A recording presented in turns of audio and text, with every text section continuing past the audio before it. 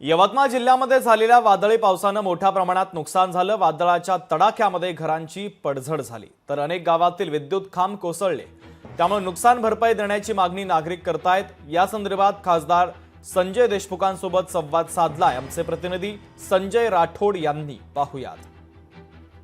यवतमाळ जिल्ह्यात जवळपास 500 पेक्षा घराची पडझड झाली आहे। एकंदर पाहिलं तर अनेक पोल सुद्धा उद्ध्वस्त झाले। मात्र प्रशासन आतापर्यंत शेतकऱ्यांच्या बांधावर आणि नागरिकांच्या घरापर्यंत पोहोचलं नाही आहे। या संदर्भात बोलण्याकरिता आपल्याजवळ थेट यवतमाळ वाशिमचे खासदार संजय देशमुख आहे। पुसद तालुक्यामध्ये मोठ्या प्रमाणावर नुकसान आहे। दिग्रस तालुक्यामध्ये सुद्धा नुकसान आहे। यवतमाळ जिल्ह्यामध्ये फार मोठ्या प्रमाणावर शेतकरी बांधवाचं नुकसान झालेलं आहे। अनेक घराची पडझड झालेली आहे। अनेक टिनं त्या ठिकाणी उडून गेलेल्या आहे। शेतकऱ्याचे आणि सर्वसामान्य जनतेची दानादान झालेली आहे। MSCBच्या लाईन तारा खूप मोठ्या प्रमाणावर तुटलेल्या आहे। मी कलेक्टरशी चर्चा केली, त्यांना सुद्धा आदेश दिला, कृषी अधिकाऱ्याला सुद्धा बोललो आणि पंचनामा त्वरित त्या ठिकाणी झाले पाहिजे। आमच्या शेतकरी बांधवांना त्या पंचनाम्यानंतर आम्ही दिलासा देण्यासाठी आम्ही कटिबद्ध आहोत आणि त्या पद्धतीनं या ठिकाणी आमचं काम चालू आहे।